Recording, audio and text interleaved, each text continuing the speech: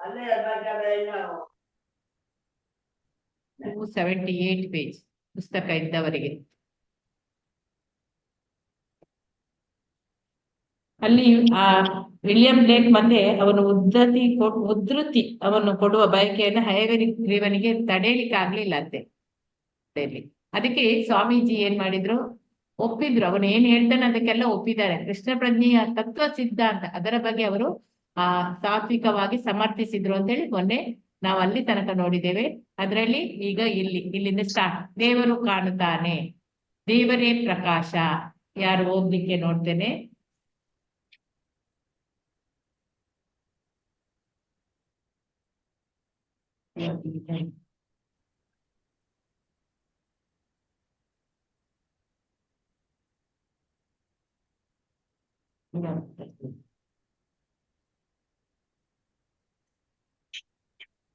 ಹರೇ ಕೃಷ್ಣ. ಎನ್ನಲ್ಲಿ ಯಾರಿದ್ದಾರೆ ನನ್ನನ್ನು ಬಿಟ್ಟು? ಕಾಂತಮಣಿ ಮಾತಾಜಿ ಓದಿ. ಮಾತಾಜಿ ಓದ್ತೀರಾ? ದೇವರು ಅಲ್ಲಿಂದ, ದೇವರು ಕಾಣುತ್ತಾನೆ ಅಲ್ಲಿಂದ. ದೇವರು ಕಾಣುತ್ತಾನೆ, ದೇವರೇ ಪ್ರಕಾಶ. ಇದು ರಾತ್ರಿಯಲ್ಲಿ ನೆಲೆಸಿರುವ ಬಡಿಪಾಯಿಗಳಿಗೆ, ಆದರೂ ಮಾನವನ ರೂಪದಲ್ಲಿ ತೋರುವ ಅಗಲ ಸಾಮ್ರಾಜ್ಯದ ನಿವಾಸಿಗಳಿಗೆ. ಸಂಪಾದಕೀಯವು ಬ್ಲೇಕ್. ವಿಟಮಿನ್ ಮತ್ತು ಜೀಸಸ್ ಕ್ರೈಸ್ಟ್ರ ಮಾತನ್ನು ಹಾಡಿದ್ದರೂ ಕೂಡ ಅದು ಒತ್ತು ಕೊಟ್ಟಿದ್ದು. ಇದು ಈ ಭಗವಂತನಲ್ಲಿ ಭಕ್ತಿಯ ವಿಜ್ಞಾನವನ್ನು ಕಲಿಸಲಿಕ್ಕಾಗಿದೆ. ಅದಕ್ಕಾಗಿ ಸ್ವಾಮಿ ಭಕ್ತಿ ವೇದಾಂತ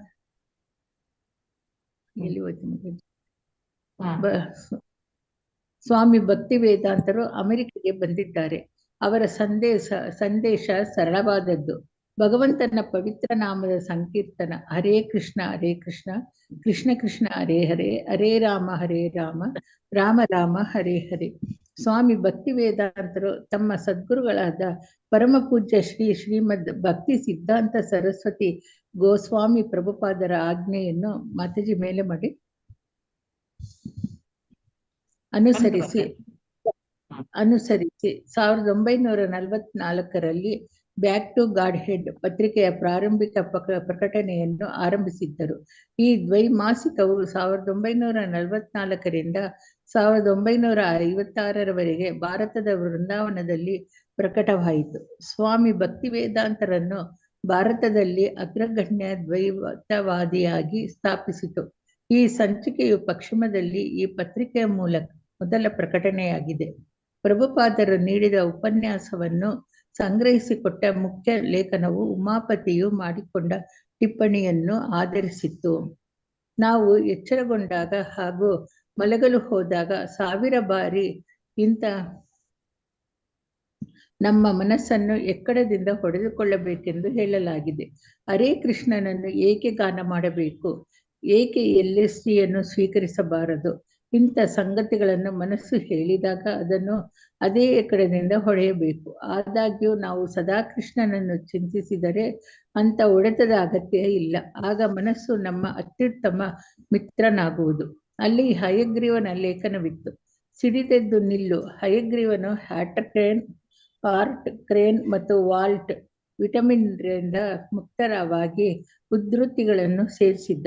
ಅನೇಕ ಯುವ ಕಾಲೇಜು ವಿದ್ಯಾರ್ಥಿಗಳು ಉನ್ನತ ಮಾದಕ ವಸ್ತು ಸೇವನೆಯಿಂದ ಶಾಶ್ವತವಾಗಿ ಸಿಡಿದೇಳಲು ಪ್ರಯತ್ನಿಸುತ್ತಿದ್ದಾರೆ ಎನ್ನುವುದು ಆಶ್ಚರ್ಯವಿಲ್ಲ. ಪ್ರಾಯಃ ಅವರ ಅಭಿಪ್ರಾಯ ಹೀಗಿದೆ: ನೀವು ನಿಮಗಾಗಿಯೇ ನಿರ್ಮಿಸಿಕೊಂಡ ಈ ನರಕದ ಯಾವುದೇ ಭಾಗವನ್ನು ನಾವು ಬಯಸುವುದಿಲ್ಲ. ಹಾಗಾಗಿ ಅವರು ಬೇರೊಂದು ಸಾಮ್ರಾಜ್ಯದೊಳಗೆ ತೂರಿಕೊಳ್ಳಲು ಸಾಧನವಾಗಿ ಚಿತ್ತೋದ್ದೀಪಕ ಸೇವನೆಯನ್ನು ಉಪಯೋಗಿಸುತ್ತಾರೆ. ಆದರೆ ಮಾದಕ ವಸ್ತುಗಳ ಸಿಡಿತ ಕೇವಲ ತಾತ್ಕಾಲಿಕ, ಏಕೆಂದರೆ ಅದು ಕೃತಕವಾದದ್ದು. ಈ ಎಲ್ಲ ಪ್ರಯಾಣಗಳು ವ್ಯಕ್ತಿಯನ್ನು ಎಲ್ಲಿಗೆ ಕರೆದೊಯ್ಯುತ್ತದೆ ಎನ್ನುವುದು ಆಶ್ಚರ್ಯಕರವಾದ ಸಂಗತಿ. ಹರೇ ಕೃಷ್ಣ ಮಾತಾಜಿ, ಧನ್ಯವಾದಗಳು. ಗಾಯತ್ರಿ ಆರ್ ಮಾತಾಜಿ ಓದಿ. ಹರೇ ಕೃಷ್ಣ ಮಾತಾಜಿ. ನೆನ್ನೆ ಇತ್ತ ಮಾತಾಜಿ ಕ್ಲಾಸು? ಇಲ್ಲ. ಎಲ್ಲಿಂದ ಮಾತಾಜಿ? ಕೃಷ್ಣನ ಕೀರ್ತನೆಯು ಪತನದತ್ತ ಜಾರದೆ ಮೇಲೆ ಸಿಡಿದೇಳಲು ಅತಿ ಶೀಘ್ರವಾದ ದಾರಿ ಎಂದು ಹಯಗ್ರೀವ ಲೇಖನವನ್ನು ಮುಗಿಸಿದ್ದ. ನಿಮ್ಮ ಸಂಗಾತಿಗಳು ನಿಮಗೆ ಹುಚ್ಚು ಹಿಡಿತಿದೆ ಎಂದು ಭಾವಿಸುತ್ತಾರೆ, ಆದರೆ ಅದು ಪ್ರಗತಿಯ ಮೊದಲ ಕುರುಹು.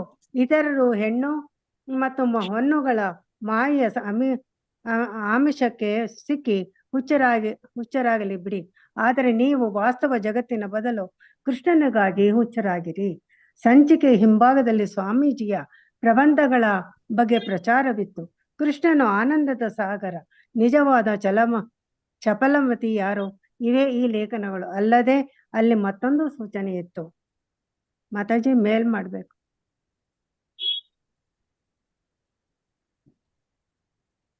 ಬೇಗನೆ ಅಚ್ಚಾಗಲಿದೆ. ಗೀತೋಪನಿಷತ್ ಅಥವಾ ಭಗವದ್ಗೀತಾ ಯಥಾರೂಪ ಸ್ವಾಮಿ ಭಕ್ತಿ ವೇದಾಂತರಿಂದ ಅನುವಾದ ಮತ್ತು ವ್ಯಾಖ್ಯಾನಗಳು.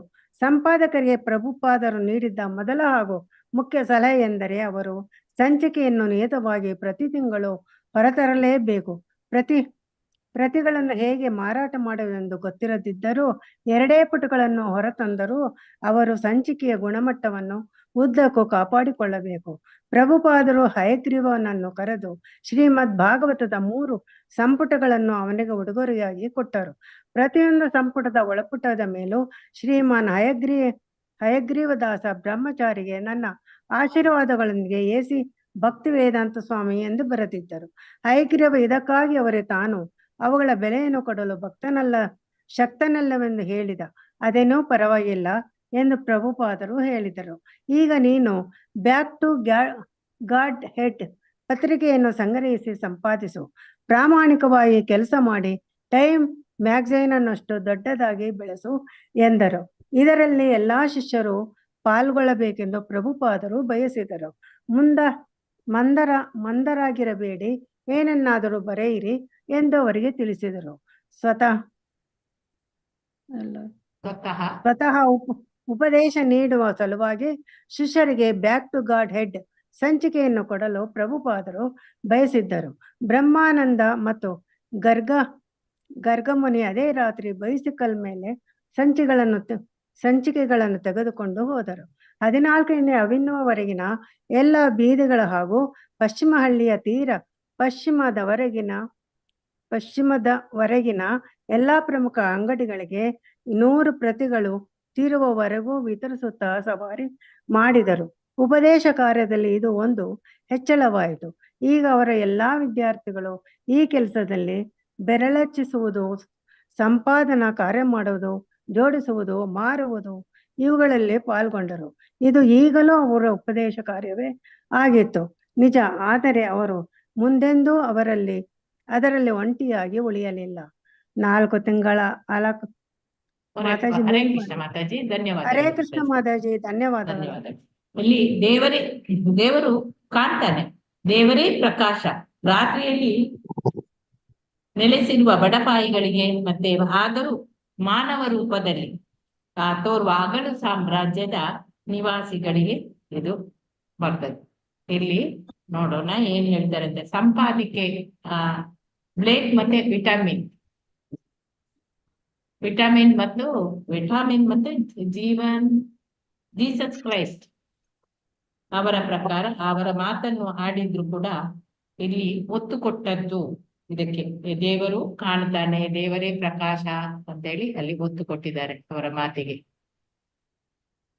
ಇಲ್ಲಿ ಭಗವಂತನ ಭಕ್ತಿಯ ಆ ವಿಜ್ಞಾನವನ್ನು ಇದು ಕಳಿಸ್ಲಿಕ್ಕಾಗಿ ಇದು ಇದೆ. ಅದಕ್ಕಾಗಿ ಆ ಸ್ವಾಮಿ ಭಕ್ತಿ ವೇದಾಂತ ಸ್ವಾಮಿಗಳು ಅಮೆರಿಕಕ್ಕೆ ಬರ್ತಾರೆ. ಅಲ್ಲಿ ಅವರ ಸಂದೇಶ ಏನು? ಅದು ತುಂಬಾ ಸರಳವಾದದ್ದು. ಭಗವಂತನ ಪವಿತ್ರ ನಾಮದ ಸಂಕೀರ್ತನೆ. ಹರೇ ಕೃಷ್ಣ ಕೃಷ್ಣ ಕೃಷ್ಣ ಹರೇ ಹರೇ, ಹರೇ ರಾಮ ರಾಮ ರಾಮ ಹರೇ ಹರೇ. ಅದೇ ಅವರದು ಪವಿತ್ರ ನಾಮದ ಸಂಕೀರ್ತನೆ, ಅವರದು ಅಲ್ಲಿ ಸಂದೇಶ ಆಗಿತ್ತು ಅಮೆರಿಕದಲ್ಲಿ. ಭಕ್ತಿ ವೇದಾಂತರು ಅವರು ಸದ್ಗುರುಗಳಾದ ಪರಮ ಪೂಜ್ಯ ಶ್ರೀಮದ್ ಭಕ್ತಿ ಸಿದ್ಧಾಂತ ಸರಸ್ವತಿ ಗೋಸ್ವಾಮಿಗಳ ಆಜ್ಞೆಗಳ ಅವರ ಪ್ರಭುಪಾದರ ಗುರುಗಳು ಅವರ ಆಜ್ಞೆ ಅನುಸರಿಸಿ 1944ರಲ್ಲಿ ಅವರು ಬ್ಯಾಕ್ ಟು ಗಾಡ್ ಹೆಡ್ ಈ ಪತ್ರಿಕೆಯ ಪ್ರಾರಂಭಿಕ ಪ್ರಕಟಣೆಯನ್ನು ಅಲ್ಲಿ ಆರಂಭಿಸಿದರು. ಆನಂತರ 1944ರಿಂದ 56ರವರೆಗೆ ಅದು ಭಾರತದ ವೃಂದಾವನದಲ್ಲಿ ಪ್ರಕಟವಾಯಿತು. ಸ್ವಾಮಿ ಭಕ್ತಿ ವೇದಾಂತರು ಭಾರತದಲ್ಲಿ ಅಗ್ರಗಣ್ಯ ದೈತ್ಯವಾದಿಯಾಗಿ ಅದನ್ನು ಈ ಪ್ರಕಟಣೆಯನ್ನು ಅವರು ಸ್ಥಾಪಿಸಿದ್ರು. ಆಮೇಲೆ ಸಂಚಿಕೆಯ ಪಶ್ಚಿಮದಲ್ಲಿ ಆ ಪತ್ರಿಕೆ ಅದು ಮೊದಲ ಪ್ರಕಟಣೆ ಆಗಿತ್ತು. ಯಾವುದು ಪ್ರಭುಪಾದರದು ಮೊದಲ ಪ್ರಕಟಣೆ ಬ್ಯಾಕ್ ಟು ಗಾಡೆಡ್. ಪ್ರಭುಪಾದರು ನೀಡಿದ ಉಪನ್ಯಾಸವನ್ನು ಸಂಗ್ರಹಿಸಿಕೊಟ್ಟ ಮುಖ್ಯ ಲೇಖನವು ಉಮಾಪತಿ ಮಾಡಿಕೊಂಡ ಅದು ಟಿಪ್ಪಣಿಯನ್ನು ಆಧರಿಸಿತು. ಉಮಾಪತಿ ಒಂದು ಟಿಪ್ಪಣಿ ಮಾಡಿದ್ರು, ಅದರ ಪ್ರಕಾರ ಮಾಡಿಕೊಂಡ ಟಿಪ್ಪಣಿ ಅದನ್ನು ಆಧರಿಸಿತು ಪ್ರಭುಪಾದರ ಉಪನ್ಯಾಸ. ಅವನೇನು ಪ್ರಭುಪಾದರು ಯಾವ ಉಪನ್ಯಾಸ ಕೊಡ್ತಾರೋ ಅದನ್ನೆಲ್ಲ ಇವರು ಉಮಾಪತಿ ಟಿಪ್ಪಣಿಯ ತರ ಮಾಡ್ತಾರೆ. ನಾವು ಎಚ್ಚರಗೊಂಡಾಗ ಹಾಗೂ ಮಲಗಲು ಹೋದಾಗ ಅಲ್ಲಿ ಸಾವಿರಾರು ಬಲಿ ನಮ್ಗೆ ಮನಸ್ಸು ಅಲ್ಲಿಗೆ ಇಲ್ಲಿಗೆ ಹೋಗ್ತದೆ. ಎಕ್ಕಡದಿಂದ ಹೊಡೆದುಕೊಳ್ಬೇಕು. ಎಕ್ಕಡ ಅಂದ್ರೆ ಸುತ್ತಿಗೆ ತರ ಬರ್ತದ ಮಾತಾಜಿ? ಚಪ್ಪಲಿ ಸ್ಲಿಪ್ಪರ್. ಚಪ್ಪಲಿ ಸ್ಲಿಪ್ಪರ್ ಮಾತಾಜಿ. ಚಪ್ಪಲಿಗೆ ಎಕ್ಕಡ ಹೌದು, ಚರ್ಮದಿಂದ ಮಾಡ್ತಾರಲ್ಲ ಎಕ್ಕಡ, ತೊಗಲಿಂದ ಮಾಡ್ತಾರ ನೋಡಿ, ಅದು ಎಕ್ಕಡ. ಅದರಿಂದ ಹೊಡೆದುಕೊಳ್ಬೇಕು ಅಂತ ಹೇಳಿ ಆಯ್ತತ್ತೆ ಅವರಿಗೆ. ನೋಡಿ, ಮನಸ್ಸು ಆಚೆ ಈಚೆ ಹೋಗುವಾಗ ಏಕೆ ಹರೇ ಕೃಷ್ಣನನ್ನು ನಾವು ಧ್ಯಾನಿಸ್ಬೇಕು, ಗಾನ ಮಾಡ್ಬೇಕು, LSD ಅನ್ನು ಯಾಕೆ ಸ್ವೀಕರಿಸಬಾರ್ದು ಅಂತ ಹೇಳ್ತಾರೆ. ಇಂತಹ ಸಂಗತಿಗಳೆಲ್ಲ ಮನಸ್ಸಿಗೆ ಹೇಳಿದಾಗ ಅದನ್ನೆಲ್ಲ ನಾವು ಎಕ್ಕಡದಿಂದ ಹೊಡಿಬೇಕು, ಚರ್ಮದಿಂದ ನಾವು ಹೊಡಿಬೇಕು. ಆದಾಗ್ಯೂ ನಾವು ಸದಾ ಕೃಷ್ಣನನ್ನು ಚಿಂತಿಸಿದ್ರೆ ಇಂತಹ ಹೊಡೆತದ ಅಗತ್ಯವೇ ಇಲ್ಲ. ನಮ್ಮ ಮನಸ್ಸು ಮತ್ತು ಅದು ನಮ್ಮ ಮಿತ್ರ, ಅತ್ಯುತ್ತಮ ಮಿತ್ರ ಆಗ್ತದೆ ಅಂತ ಹೇಳಿ ಹೇಳ್ತಾರೆ. ಹಯಗ್ರೀವನ ಅಲ್ಲಿ ಲೇಖನ ಇತ್ತು, ಅದು ಸಿಡಿದೆದ್ದು ನಿಲ್ಲು, ಒಮ್ಮೆ ಸಿಡಿದೆದ್ದು ನಿಲ್ಲು. ಹಯಗ್ರೀವನು ಅಲ್ಲಿ ಹಾಟ್ ಬ್ರೈನ್ ಮತ್ತು ಆಲ್ಟ್ ವಿಟಮಿನ್ ರಿಂದ ಮುಕ್ತವಾಗಿ ಅವನು ಉದ್ಧೃತಿಗಳನ್ನು ಅಲ್ಲಿ ಸೇರಿಸಿದ. ಅನೇಕ ಈ ಕಾಲೇಜ್ ವಿದ್ಯಾರ್ಥಿಗಳು ಅವರು ಮಾದಕ ವಸ್ತು ಸೇವನೆಯಿಂದಾಗಿ ಅಲ್ಲಿ ಶಾಶ್ವತವಾಗಿ ಅಲ್ಲಿ ಸಿಡಿದು ಹೇಳಲಿಕ್ಕೆ ಪ್ರಯತ್ನಿಸ್ತಾರೆ. ಈಗ ಕೃಷ್ಣ ಪ್ರಜ್ಞೆಯಲ್ಲಿ ಹೇಳಿಕೆ ಇದಕ್ಕೇನು ಆಶ್ಚರ್ಯ ಅಲ್ಲ. ಅವರ ಅಭಿಪ್ರಾಯ ಹೀಗಿದೆ: ನೀವು ನಿಮಗಾಗಿಯೇ ನಿರ್ಮಿಸಿಕೊಂಡ ಈ ನರಕದ ಯಾವುದೇ ಭಾಗವನ್ನು ನಾವು ಬಯಸುವುದಿಲ್ಲ. ನೋಡಿ, ಅಂತಹ ಕಾಲೇಜ್ ವಿದ್ಯಾರ್ಥಿಗಳೆಲ್ಲ ಅಲ್ಲಿ ಮಾದಕ ಸೇವನೆಯಿಂದ ಮುಳುಗಿ ಹೋಗಿದ್ರು. ಆದ್ರೆ ಇಲ್ಲಿ ಅವರೊಂದು ಬೇರೆ ಸಾಮ್ರಾಜ್ಯದ ಒಳಗೆ ಬರ್ಬೇಕು ಅಂತೇಳಿ ಅದರ ಒಳಗೆ ಇದ್ದಾರೆ. ಚಿತ್ತೋ ಉದ್ದೀಪಿಕ ಅಂದ್ರೆ ಮನಸ್ಸನ್ನು ಉದ್ದೀಪನಗೊಳ್ಳುವಂತಹ ಅದನ್ನು ಸೇವನೆಯನ್ನು ಉಪಯೋಗಿಸ್ತಾರೆ. ಆ ಮಾದಕ ವಸ್ತುಗಳ ಸಿಡಿತ ಅದು ಕೇವಲ ಸ್ವಲ್ಪ ಸಮಯ ಮಾತ್ರ, ಅದೆಷ್ಟು ಸಮಯ ತಕೊಳ್ಬಹುದು ಅಷ್ಟು ಸಮಯ ಮಾತ್ರ ಇರ್ತದೆ. ನಂತರ ಅದು ಇಲ್ಲ, ಕೃತಕ ಅದು. ಆದ್ರೆ ನಾವು ಇಲ್ಲಿ ಮಾಡುವಂತಹ ಭಕ್ತಿ ಅದು ಶಾಶ್ವತವಾದದ್ದು. ಈ ಎಲ್ಲಾ ಪ್ರಯಾಣಗಳು ಕೂಡ ವ್ಯಕ್ತಿಯನ್ನು ಎಲ್ಲಿಗೆ ಕೊಂಡೋಗ್ತದೆ? ಒಂದು ಆಶ್ಚರ್ಯಕರವಾದ ಸಂಗತಿ ಅಂತ ಹೇಳಿದ್ರೆ ಕೃಷ್ಣ ಕೀರ್ತನೆಯ ಅಲ್ಲಿಗೆ ನಮ್ಮನ್ನು ಕೊಂಡೋಗ್ತದೆ. ಅದರ ಮೇಲೆ ಜಾರಬಾರ್ದು ನಾವು. ಕೃಷ್ಣ ಪ್ರಜ್ಞೆಯ ಅಥವಾ ಕೀರ್ತನೆ ಅದರ ಮೇಲೆ ಸಿಡಿದು ಹೇಳ್ಬೇಕು ನಾವು. ಆಗ ನಮ್ಗೆ ಬೇಗನೆ ನಾವು ಆ ಕೃಷ್ಣ ಪ್ರಜ್ಞೆಗೆ ಒಳಗಾಗ್ತೇವೆ ಅಂತ ಹೇಳಿ ಹಯಗ್ರೀವ ಕೂಡ ಅಲ್ಲಿ ಲೇಖನವನ್ನು ಅದೇ ರೀತಿ ಬರೆದು ಮುಗಿಸಿದ. ಈಗ ಇಲ್ಲಿ ನೋಡಿ, ನಿಮ್ಮ ಸಂಗಾತಿಗಳು ನಿಮಗೆ ಹುಚ್ಚು ಹಿಡಿದಿದೆ ಅಂತ ಹೇಳಿ ಭಾವಿಸ್ತಾರೆ. ನಿಜವಾಗಿಯೂ ಹೌದು. ಆದರೆ ಅದು ಪ್ರಗತಿಯ ನಮ್ಮ ಮೊದಲ ಕುರುಹು ಅಂತೇಳಿ ನಾವು ನೆನೆಸ್ಕೊಳ್ಬೇಕು. ಇತರರು ಹೆಣ್ಣು ಮತ್ತು ಹೊನ್ನುಗಳ ಮಾಯೆಯ ಈ ಆಮಿಷಕ್ಕೆ ಅಂದ್ರೆ ಅದಕ್ಕೆ ಸಿಕ್ಕಿ ಹುಚ್ಚರಾಗಿ ಬಿಡ್ತಾರೆ. ನಮ್ಗೆ ಹೆಣ್ಣು ಬೇಕು, ಹೊನ್ನು ಬೇಕು ಅಂತೇಳಿ. ಆದ್ರೆ ವಾಸ್ತವವಾಗಿ ಅವರು ಕೃಷ್ಣನಿಗಾಗಿ ಈ ವಾಸ್ತವ ಜಗತ್ತಿನಲ್ಲಿ ನಾವು ಕೃಷ್ಣನಿಗಾಗಿ ಹುಚ್ಚರಾಗ್ಬೇಕು. ಈ ಸಂಚಿಕೆಯ ವಿಭಾಗದಲ್ಲಿ ಸ್ವಾಮೀಜಿ ಪ್ರಬಂಧಗಳ ಬಗ್ಗೆ ಅವರದ್ದು ಪ್ರಚಾರ ಇತ್ತು. ಕೃಷ್ಣನು ನಿಜವಾಗಿಯೂ ಆನಂದದ ಸಾಗರ, ಚಪಲಮತಿ. ನಿಜವಾದ ಚಪಲಮತಿ ಯಾರು? ಈ ಲೇಖನಗಳು ಅಲ್ಲದೆ ಅಲ್ಲಿ ಮತ್ತೊಂದು ಸೂಚನೆ ಇದು, ಅದು ಬೇಗನೆ ಅಚ್ಚಾಗಲಿದೆ ಅಂತ ಹೇಳಿದ್ರೆ ಗೀತೋಪನಿಷತ್ ಅಥವಾ ಭಗವದ್ಗೀತೆಯ ಯಥಾರೂಪ. ಇದು ಸ್ವಾಮಿ ಭಕ್ತಿ ವೇದಾಂತರ ಅನುವಾದ ಮತ್ತೆ ವ್ಯಾಖ್ಯಾನಗಳನ್ನು ಒಳಗೊಂಡಿದೆ. ಸಂಪಾದಕರಿಗೆ ಪ್ರಭುಪಾದರು ನೀಡಿದ ಮೊದಲ ಹಾಗೂ ಮುಖ್ಯ ಸಲಹೆ ಎಂದರೆ ಅವನು ಸಂಚಿಕೆಯಾಗಿ ನಿಯತವಾಗಿ ಪ್ರತಿ ತಿಂಗಳು ಅದನ್ನು ಹೊರತರಲೇಬೇಕು ಅಂತ ಇವರು ಪ್ರಭುಪಾದರು ಸಂಪಾದಕರಿಗೆ ನೀಡಿದ ಮೊದಲ ಮುಖ್ಯ ಸಲಹೆ. ಪ್ರತಿಗಳನ್ನು ಹೇಗೆ ಮಾರಾಟ ಮಾಡುವುದೆಂದು ಗೊತ್ತಿರದಿದ್ರು 2 ಪುಟಗಳನ್ನಾದರೂ ಹೊರತಂದ್ರು ಅದರ ಸಂಚಿಕೆಯ ಗುಣಮಟ್ಟವನ್ನು ಉದ್ದಕ್ಕೂ ಕಾಪಾಡಿಕೊಳ್ಬೇಕು ಅಂತ ಹೇಳಿ ಹೇಳ್ತಾರೆ. ಪ್ರಭುಪಾದರು ಹಯಗ್ರೀವನನ್ನು ಕರೀತಾರೆ. ಕರೆದು ಶ್ರೀಮದ್ ಭಾಗವತದ 3 ಸಂಪುಟಗಳನ್ನು ಅವನಿಗೆ 3 ಪುಸ್ತಕ, ಆ ಸಂಪುಟಗಳನ್ನು ಅವರು ಉಡುಗೊರೆಯಾಗಿ ಕೊಡ್ತಾರೆ. 1ನೇ ಸ್ಕಂದ, 2ನೇ ಸ್ಕಂದ, 3ನೇ ಸ್ಕಂದ. ಹಾಗೆ ಪ್ರತಿಯೊಂದು ಸಂಪುಟದ ಒಳಪುಟದಲ್ಲೂ ಕೂಡ ಅದರ ಮೇಲೆ ಶ್ರೀಮಾನ್ ಹಯಗ್ರೀವದಾಸ ಬ್ರಹ್ಮಚಾರಿಗೆ ನನ್ನ ಆಶೀರ್ವಾದಗಳೊಂದಿಗೆ AC ಭಕ್ತಿ ವೇದಾಂತ ಸ್ವಾಮಿ ಅಂತ ಹೇಳಿ ಅದರಲ್ಲಿ ಬರ್ದಿದ್ರು. ಹಯಗ್ರೀವ ಇದಕ್ಕಾಗಿ ಅವರಿಗೆ ತಾನು ಅವುಗಳ ಬೆಲೆಯನ್ನು ಕೊಡಲು ಶಕ್ತನಲ್ಲವಂತ ಹೇಳಿ ಅವನು ಹೇಳಿದ. ನನ್ಗೆ ಇದಕ್ಕೆ ಬೆಲೆ ಕೊಡ್ಲಿಕ್ಕೆ ಆಗೋದಿಲ್ಲ ಅಂತ. ಅದೇನು ಪರವಾಗಿಲ್ಲ ಅಂತ ಹೇಳಿ ಪ್ರಭುಪಾದರು ಹೇಳಿದ್ರು. ಈಗ ನೀನು ಬ್ಯಾಕ್ ಟು ಗಾಡ್ ಅಂಡ್ ಪತ್ರಿಕೆಯನ್ನು ಸಂಗ್ರಹಿಸು, ಅದನ್ನು ಸಂಪಾದಿಸು, ಪ್ರಾಮಾಣಿಕವಾಗಿ ಕೆಲಸ ಮಾಡು. ಟೈಮ್ ಮ್ಯಾಗಝಿನ್ ಅಷ್ಟು ದೊಡ್ಡದಾಗಿ ಈ time back to god and ಅನ್ನು ಬೆಳೆಸು ಅಂತ ಹೇಳಿ ಹೇಳ್ತಾರೆ. ಇದರಲ್ಲಿ ಎಲ್ಲ ಶಿಷ್ಯರು ಪಾಲ್ಗೊಳ್ಬೇಕು ಅಂತೇಳಿ ಪ್ರಭುಪಾದರು ಬಯಸಿದರು. ಮಂದರಾಗಬೇಡಿ, ಏನನ್ನಾದ್ರೂ ಬರೀರಿ ಅಂತೇಳಿ ಎಲ್ಲರಿಗೂ ಕೂಡ ತಿಳಿಸ್ತಾರೆ. ಸ್ವತಃ ಉಪದೇಶ ನೀಡುವ ಸಲುವಾಗಿ ಶಿಷ್ಯರಿಗೆ ಬ್ಯಾಕ್ ಟು ಗಾಡ್ ಹೆಡ್ ಆ ಸಂಚಿಕೆಯನ್ನು ಕೊಡಲು ಪ್ರಭುಪಾದರು ಬಯಸಿದ್ರು. ಅದರಲ್ಲಿ ಬ್ರಹ್ಮಾನಂದ ಮತ್ತೆ ಗರ್ಗಾಮುನಿ ಅದೇ ರಾತ್ರಿ ಅವರು ಆ ಬೈಸಿಕಲ್ ಹಿಡಿದು ಆ ಸಂಚಿಕೆಗಳನ್ನೆಲ್ಲ ತೆಗೆದುಕೊಂಡು ಹೋಗ್ತಾರೆ. 14ನೇ ಅವೆನ್ಯೂವರೆಗಿನ ಎಲ್ಲ ಬೀದಿಗಳಲ್ಲಿರುವ ಆ ಪಶ್ಚಿಮ ಹಳ್ಳಿಯ ತೀರ ಪಶ್ಚಿಮದವರೆಗಿನ ಎಲ್ಲ ಪ್ರಮುಖ ಅಂಗಡಿಗಳಿಗೆ ಅವರು 100 ಪ್ರತಿಗಳು ತೀರುವವರೆಗೆ ಅದನ್ನು ವಿತರಿಸ್ತಾ ಹೋಗ್ತಾರೆ. ಉಪದೇಶ ಕಾರ್ಯದಲ್ಲಿ ಇದು ಈಗ ಒಂದು ಹೆಚ್ಚಳವಾಯಿತು. ಅಲ್ಲಿ ಮತ್ತೆ ನೋಡಿ, ಈಗ ಅಲ್ಲಿ ವಿದ್ಯಾರ್ಥಿಗಳು ಈ ಕೆಲಸದಲ್ಲಿ ಅಲ್ಲಿ ಬೆರಳರ್ಚಿಸುವುದು, ಮತ್ತೆ ಸಂಪಾದನಾ ಕಾರ್ಯ ಮಾಡೋದು, ಜೋಡಿಸುವುದು, ಅವುಗಳನ್ನು ಮಾರೋದು, ಇದರಲ್ಲೆಲ್ಲ ಪಾಲ್ಗೊಳ್ತಾರೆ. ಈಗಲೂ ಅವರ ಉಪದೇಶ ಕಾರ್ಯವೇ ಅಲ್ಲಿ ಆಗಿದೆ. ಮತ್ತೆ ನಿಜ ಏನಂದ್ರೆ ಅವರು ಮುಂದೆಂದೂ ಪ್ರಭುಪಾದರು ಒಂಟಿಯಾಗಿ ಅಲ್ಲಿ ಉಳಿಲಿಲ್ಲ. ಹರೇ ಕೃಷ್ಣ. ಭಾರತಿ ಹಿಂದಿ ಮಾತಾಜಿ ಓದಿ.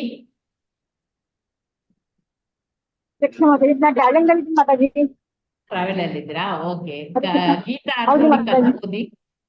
ಹರೇ ಕೃಷ್ಣ ಮಾತಾಜಿ. 4 ತಿಂಗಳ ಅಲ್ಪಕಾಲದಲ್ಲಿ ಸಂಘವು ಸಣ್ಣ ಅಂಗಡಿ. ಹರೇ ಕೃಷ್ಣ ಮಾತಾಜಿ. ಹರೇ ಕೃಷ್ಣ ಮಾತಾಜಿ. ಯಾರ್ ಮಾತಾಜಿ? ಗೀತಾ ಕೋಡಿಕಲ್ಲಿ ಇಳಿದೆ. ಅವರು ಓದಿ ಮತ್ತೆ ನಿಮ್ಗೆ ಕೊಡ್ತೆ. ಆಯ್ತು. 4 ತಿಂಗಳ ಅಲ್ಪಕಾಲದಲ್ಲಿ ಸಂಘವು ಸಣ್ಣ ಅಂಗಡಿ ಮಳಿಗೆಯ ದೇವಾಲಯಕ್ಕಿಂತ ಹೆಚ್ಚು ದೊಡ್ಡದಾದ ಪ್ರದೇಶವನ್ನು ಅಪೇಕ್ಷಿಸುವಷ್ಟು ವ್ಯಾಪಕವಾಗಿ ಬೆಳೆಯಿತು. ಈ ವಿಷಯ ಹೀಗೆಂದು ಬ್ಯಾಕ್ ಟು ಗಾಡೆಡ್ನ 2ನೇ ಸಂಚಿಕೆಯ ಸಂಪಾದಕೀಯದಲ್ಲಿ ಪ್ರಕಟವಾಯಿತು. ನ್ಯೂಯಾರ್ಕ್ ನಗರದಲ್ಲಿ ದೊಡ್ಡ ಕಟ್ಟಡವನ್ನು ಸ್ವಲ್ಪ ವಾಯ್ಸ್ ಜೋರ್ ಮಾಡಿ. ನಗರದಲ್ಲಿ ದೊಡ್ಡ ಕಟ್ಟಡವನ್ನು ಕಟ್ಟಬೇಕೆಂಬ ತಮ್ಮ ವಿಚಾರವನ್ನು ಪ್ರಭುಪಾದರು ಕೈ ಬಿಟ್ಟಿರಲಿಲ್ಲ. ಗ್ರೀನ್ವಿಚ್ ಹಳ್ಳಿಯಲ್ಲಿ ಕಟ್ಟಡ ಪಡೆಯುವುದು ತುಂಬಾ ಖರ್ಚಿನದಾಗಿತ್ತು. ಮಧ್ಯ ನಗರದ ಬಗ್ಗೆಯಂತೂ ಮಾತನಾಡುವ ಹಾಗೆ ಇರಲಿಲ್ಲ. ಹೀಗಿದ್ದು ಪ್ರಭುಪಾದರು ಕಟ್ಟಡವೊಂದನ್ನು ಕೊಂಡುಕೊಳ್ಳಬೇಕೆಂದು ಹೇಳಿದರು. ಮೇಲೆ ಮಾಡಿ ಮಾತಾಜಿ. ಮಾಡಿದ್ದೇವೆ. ಅವರ ಅನುಯಾಯಿಗಳು ಕೃಷ್ಣ ಪ್ರಜ್ಞೆಯ ಆಂದೋಲನ ಕೆಲಪೂರ್ವ ಬದಿಯ ಆಚೆಗೆ ವ್ಯಾಪಿಸಬಹುದೆಂದು ಯೋಚಿಸುವುದೇ ಸಾಧ್ಯವಿರಲಿಲ್ಲ. ಏಕೆಂದರೆ ಕೆಲಪೂರ್ವ ಬದಿಯ ಜನರಲ್ಲದೆ ಬೇರೆ ಯಾರು ತಾನೇ ಕೃಷ್ಣ ಪ್ರಜ್ಞೆಯ ಬಗ್ಗೆ ಆಸಕ್ತಿ ವಹಿಸಬೇಕಿತ್ತು. ಅದು ಹೋಗಲಿ, ಮ್ಯಾನ್ಹಟ್ಟನ್ನಲ್ಲಿ ಕಟ್ಟಡವನ್ನು ಕೊಂಡುಕೊಳ್ಳಲು ಯಾರಲ್ಲಿ ಬೇರೆಯವರು ಮಾತನಾಡಬೇಡಿ. ಹರೇ ಕೃಷ್ಣ. ಬೇರೆಯವರು ಮಾತನಾಡಬೇಡಿ. ರವೀಂದ್ರ ಸ್ವರೂಪ ಒಂದು ದಿನ ಯಾರೋ ಒಬ್ಬ ಶ್ರೀಮಂತ ಭೇಟಿಯಾಗಬೇಕಾಗಿತ್ತು. ಯುವ ಆಂದೋಲನದ ಬಗ್ಗೆ ಅನುಕಂಪವುಳ್ಳ ಆತ ಸ್ವಾಮೀಜಿಗೆ $5,000 ಸಾಲವನ್ನು ಕೊಡಲು ಒಪ್ಪಿಕೊಂಡನು. ರವೀಂದ್ರ ಸ್ವರೂಪನೇ ಆ ಸಾಲದ ವ್ಯವಸ್ಥೆಯನ್ನು ಮಾಡಿದ. ಸ್ವಾಮೀಜಿ ಅದನ್ನು ತಮಗೆ ಕಟ್ಟಡ ನಿಧಿ ಎಂದು ನಾಮಕರಣ ಮಾಡಿದರು. ಅದಕ್ಕೆ ಕ್ರಮೇಣ ಇನ್ನೂ $5,000 ಸೇರಿಸಿದರು. ಅದನ್ನು ಅವರು ಆಕಸ್ಮಿಕ ದತ್ತಿಗಳ ಮೂಲಕ ಸಂಗ್ರಹಿಸಿದ್ದರು. ಆದರೆ $100,000 ಅಗತ್ಯವಾಗಿದ್ದ ಸೂಕ್ತ ಕಟ್ಟಡದ ಆರಂಭಕ್ಕೆ ತೋರಿತು. ಸ್ವಾಮೀಜಿ ಬ್ರಹ್ಮಾನಂದನೊಡನೆ 6ನೇ ಬೀದಿಯಲ್ಲಿ ಕಟ್ಟಡವೊಂದನ್ನು ನೋಡಲು ಹೋದರು. ಅದು ಹಿಂದೆ ಜೂಯಿಷ್ರ ಮಿತವ್ಯಯದ ಉಳಿಕೆಯ ಅದೆಂತ ಅಡ್ಡ ಬಂದಿದೆ ಮಾತಾಜಿ, ಓದಿ ಮಾತಾಜಿ. ಬ್ಯಾಂಕ್ ಆಗಿತ್ತು. ಅದಕ್ಕೆ ದೊಡ್ಡ ಮೊಗಸಾಲೆ, ನಡುವಿನ ಅಂತಸ್ತುಗಳಿದ್ದವು. ಸಂಗಮ ವರಿಕಲ್ಲು ಹಾಸಿದ ನೆಲ, ದೇವಾಲಯದ ವಾತಾವರಣ ಇತ್ತು. ನೆಲಮಾಳಿಗೆಯನ್ನು ಮಲಗುವ ಮನೆಯಾಗಿ ಮೇಲೆ ಮಾಡಿ ಮಾತಾಜಿ.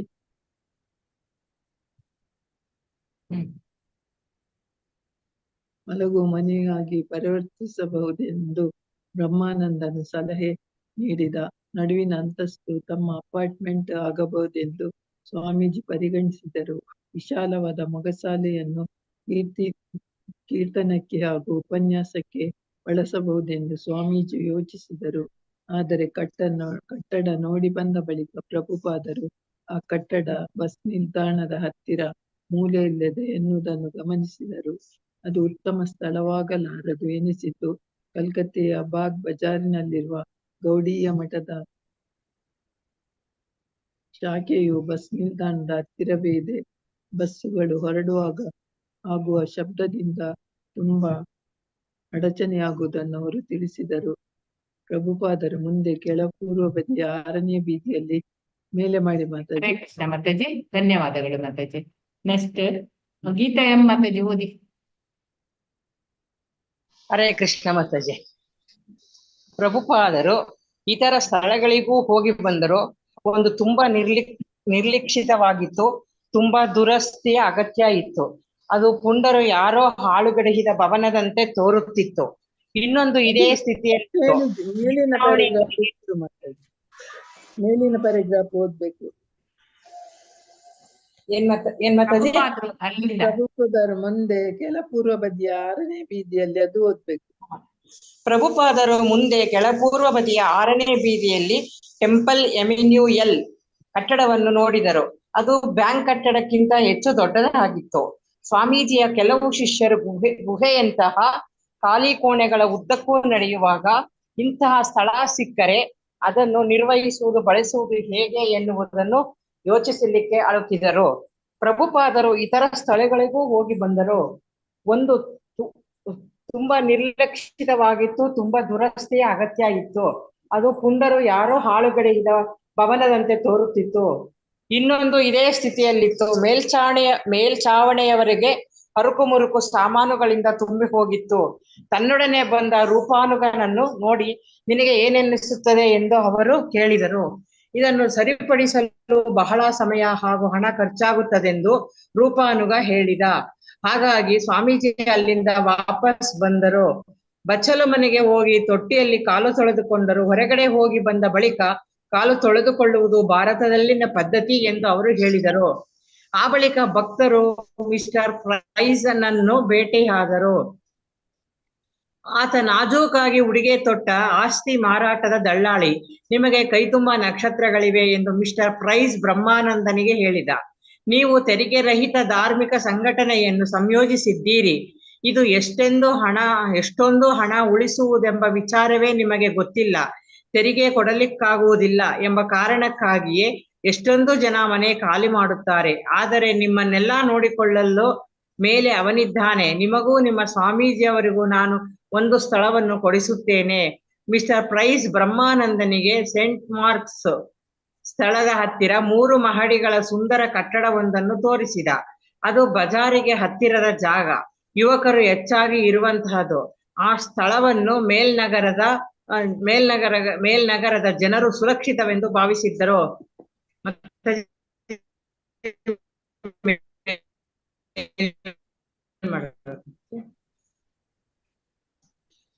ಮೇಲ್ ಮಾಡಿ ಮಾತಾಜಿ. ಬಂದಿಲ್ಲ. ಬಂತು. ಇದನ್ನು ಸರಿಪಡಿಸಲು ಬಹಳ ಹೋಗಿ ಬಂದು ಮಾತಾಜಿ ಈಗ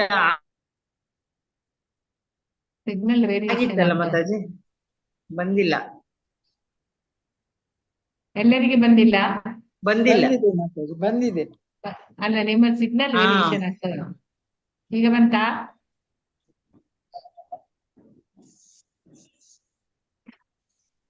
ಇಲ್ಲ ಮಾತಾಜಿ, ಅಷ್ಟೇ ಇದೆ ಸ್ಥಳ. ಇಲ್ಲ, ನಿಮ್ಮ ವಾಯ್ಸ್ ನಗರದ ಕಟ್ ಕಟ್ ಕೇಳ್ತದೆ. ಜನರು ಹಾ ಇಲ್ಲ ಮಾತಾಜಿ, ನಿಮ್ಮ ವಾಯ್ಸ್ ಕಟ್ ಕಟ್ ಕೇಳ್ತದೆ.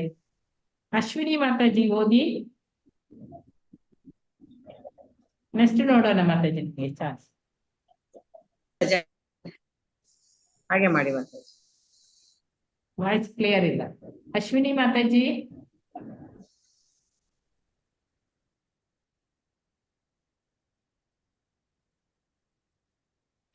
ಇಲ್ಲವಾ? ಹರೇ ನೆಕ್ಸ್ಟ್ ಕೃಷ್ಣ ಯಾರು ಮಾತಾಜಿ. ಓದ್ತೀರಿ? ಹಾ ಓದಿ. ಆ ಬಳಿಕ ಭಕ್ತರು ಮಿಸ್ಟರ್ ಪ್ರೈಸ್ ನನ್ನು ಭೇಟಿ. ಮಾತಾಜಿ, ಸ್ಕ್ರೋಲ್ ಮಾಡ್ತಾ ಇದ್ದೀರಾ ನೀವು? ಇಲ್ಲ, ಇಲ್ಲಿಂದಲ್ಲ, ಆ ಬಳಿಕ ಅಲ್ಲಿಂದ ಓದಿ. ಅವರು ಹೇಳಿದ ಅರ್ಥ ಆಗ್ಲಿಲ್ಲ ಅದಕ್ಕೆ. ಅದೇ ಓದಿ ಸ್ವಲ್ಪ ಮಾತಾಜಿ. ಸ್ಕ್ರೋಲ್ ಡೌನ್ ಮಾಡ್ತೀರಾ ಮಾತಾಜಿ? ಅದು ಮೇಲ್ಗಡೆ ಹೋಗಿದೆ ಇವಾಗ. ನಂಗೆ ಮಿಸ್ಟರ್ ಪ್ರೈಸ್ ಬ್ರಹ್ಮಾನಂದನಿಗೆ ಅದು ಕಾಣ್ತಾ ಇದೆ ಇವಾಗ. ಈಗ ಇಲ್ಲ ಮಾತಾಜಿ, ಸ್ಟಕ್ ಆಗಿದೆ ಸ್ಕ್ರೀನ್. ಈಗ ಕಾಣ್ತದಾ? ಇಲ್ಲ ಮಾತಾಜಿ, ಕಾಣಿಸ್ತಾ ಇದೆ, ನನಗೆ ಕಾಣಿಸ್ತಾ ನಮಗ್ ಕಾಣಿಸ್ತಿದೆ ಮತ್ತೆ. ಮೇ ಬಿ ನೆಟ್ವರ್ಕ್ ಇಶ್ಯೂ ಅಂತ ಕಾಣ್ತಾ ಇದೆ ನಂಗಂದ್ರೆ. Mister price Okay. ಬ್ರಹ್ಮಾನಂದನಿಗೆ ಅಲ್ಲಿಂದ ಕಾಣ್ತಾ ಇದೆ ಮಾತಾಜಿ. ಓಕೆ ಓಕೆ, ನೆಕ್ಸ್ಟ್ ಓದಿ. share ಆಯ್ತು. ಚಿತ್ರ ಮಾತಾಜಿ. ಹರೇ ಕೃಷ್ಣ ಹರೇ ಮಾತಾಜಿ. ಕೃಷ್ಣ. ಹಾ ಹರೇ ಕೃಷ್ಣ. ಆಫ್ರಿಕ ಭಕ್ತರು ಮಿಸ್ಟರ್ ಪ್ರೈಸನನ್ನು ಭೇಟಿಯಾದರು. ಆತ ನಾಜೂಕಾಗಿ ಉಡುಗೆ ತೊಟ್ಟ ಆಸ್ತಿ ಮಾರಾಟದ ದಳ್ಳಾಳಿ. ನಿಮಗೆ ಕೈತುಂಬ ನಕ್ಷತ್ರಗಳಿವೆ ಎಂದು ಮಿಸ್ಟರ್ ಪ್ರೈಸ್ ಬ್ರಹ್ಮಾನಂದನಿಗೆ ಹೇಳಿದ. ನೀವು ತೆರಿಗೆ ರಹಿತ ಧಾರ್ಮಿಕ ಸಂಘಟನೆಯನ್ನು ಸಂಯೋಜಿಸಿದ್ದೀರಿ. ಇದು ಎಷ್ಟೊಂದು ಹಣ ಉಳಿಸುವುದೆಂಬ ವಿಚಾರವೇ ನಿಮಗೆ ಗೊತ್ತಿಲ್ಲ. ತೆರಿಗೆ ಕೊಡಲಿಕ್ಕಾಗುವುದಿಲ್ಲ ಎಂಬ ಕಾರಣಕ್ಕಾಗಿಯೇ ಎಷ್ಟೊಂದು ಜನ ಮನೆ ಖಾಲಿ ಮಾಡುತ್ತಾರೆ. ಆದರೆ ನಿಮ್ಮನ್ನೆಲ್ಲ ನೋಡಿಕೊಳ್ಳಲು ಮೇಲೆ ಅವನಿದ್ದಾನೆ. ನಿಮಗೂ ನಿಮ್ಮ ಸ್ವಾಮೀಜಿಯವರಿಗೂ ನಾನು ಒಂದು ಸ್ಥಳವನ್ನು ಕೊಡಿಸುತ್ತೇನೆ. ಮಿಸ್ಟರ್ ಪ್ರೈಸ್ ಬ್ರಹ್ಮಾನಂದನಿಗೆ ಸೆಂಟ್ ಮಾರ್ಕ್ ಸ್ಥಳದ ಹತ್ತಿರ 3 ಮಹಡಿಗಳ ಸುಂದರ ಕಟ್ಟಡವೊಂದನ್ನು ತೋರಿಸಿದ. ಅದು ಬಜಾರಿಗೆ ಹತ್ತಿರದ ಜಾಗ, ಯುವಕರು ಹೆಚ್ಚಾಗಿ ಇರುವಂತದ್ದು. ಆ ಸ್ಥಳವನ್ನು ಮೇಲ್ನಗರದ ಜನರು ಸುರಕ್ಷಿತವೆಂದು ಭಾವಿಸಿದ್ದರು. ನೆಲಕ್ಕೆ ನುಣುಪುಗೊಳಿಸಿದ ಗಟ್ಟಿ ಹಲಗೆಯನ್ನು ಹಾಸಲಾಗಿತ್ತು. ಎಲ್ಲಾ ಬಾಗಿಲುಗಳು ಕೈಕುಸುರಿ ಕೆಲಸದಿಂದ ಅಲಂಕೃತವಾಗಿದ್ದವು. ದೇವಾಲಯಕ್ಕೆ ಯೋಗ್ಯವಾದ ದೊಡ್ಡ ಸಭಾಭವನ ಇತ್ತು. ಮಾರ್ಕ್ವಿಸಡೆ ಲಾಫಯೆಟೆಯು 1824ರಲ್ಲಿ ನಗರಕ್ಕೆ ಬಂದಾಗ ಇಲ್ಲಿ ನೆಲೆಸಿದ್ದ. ಆದ್ದರಿಂದ ಈ ಕಟ್ಟಡಕ್ಕೆ ಒಂದು ಬಗೆಯಾದ ಆಕರ್ಷಣೆ, ಘನತೆ ಬಂದಿತ್ತು. ಒಂದು ಸಂಜೆ ಮಿಸ್ಟರ್ ಪ್ರೈಸ್ ಪ್ರಭುಪಾದರನ್ನು ಮೇಲಿನ ಕೋಣೆಯಲ್ಲಿ ಭೇಟಿಯಾದನು. ಪ್ರಭುಪಾದರು ಬರೆಯುವ ಮಣೆಯ ಹಿಂದೆ ನೆಲದ ಮೇಲೆ ಕುಳಿತಿದ್ದರು. ಮಿಸ್ಟರ್ ಪ್ರೈಸ್ ಕಬ್ಬಿಣದ ಮಡಚುವ ಕುರ್ಚಿಯಲ್ಲಿ ಕುಳಿತಿದ್ದನು. ಮಿಸ್ಟರ್ ಪ್ರೈಸ್ ನಾಜೂಕಾದ ಸೂಟನ್ನು, ಬಿಳಿಯುಡುಗೆಯ ಅಂಗಿಯನ್ನು, ಅಲಂಕಾರಿಕ ತೋಳು ಪಟ್ಟಿಯನ್ನು ತೊಟ್ಟಿದ್ದ. ಆತನ ಬೆಲೆ ಬಾಳುವ ಉಡುಗೆ, ಅತಿ ಜಾಗರೂಕವಾಗಿ ಹದ ಮಾಡಿಕೊಂಡ ಮುಖ, ಚೆಲುವಾದ ಕೂದಲು, ಅದು ವಿಗ್ ಎಂದು ಕೆಲವು ಭಕ್ತರು ಭಾವಿಸಿದ್ದರು. ಸ್ವಾಮಿಯವರ ಸರಳತೆಗೆ ವಿರುದ್ಧವಾಗಿತ್ತು. ಪ್ರೈಸ್ ಸ್ವಾಮೀಜಿಯವರಿಗೆ ಮಾತನಾಡುವಾಗಲೆಲ್ಲ ಪೂಜ್ಯರಾದ ತಾವು ಎಂದು ಮತ್ತೆ ಮತ್ತೆ ಹೇಳುತ್ತಿದ್ದ. ಸ್ವಾಮೀಜಿಯವರ ಕಾರ್ಯಕ್ಕೆ ತುಂಬಾ ಮೆಚ್ಚುಗೆಯನ್ನು ಸೂಚಿಸಿದ. ತನ್ನ ಸಂಪರ್ಕಗಳ ಮೂಲಕ ಪ್ರಭುಪಾದರಿಗೆ ತುಂಬಾ ಹಣವನ್ನು ಉಳಿಸಿಕೊಡುವುದಾಗಿಯೂ ತಾನು ಎಲ್ಲಾ ತೊಂದರೆ ತೆಗೆದುಕೊಂಡು ಅವರು ಬಯಸಿದ್ದ ಸ್ಥಳವನ್ನೇ ಕೊಡಿಸುವುದಾಗಿಯೂ ಭರವಸೆ ನೀಡಿದ.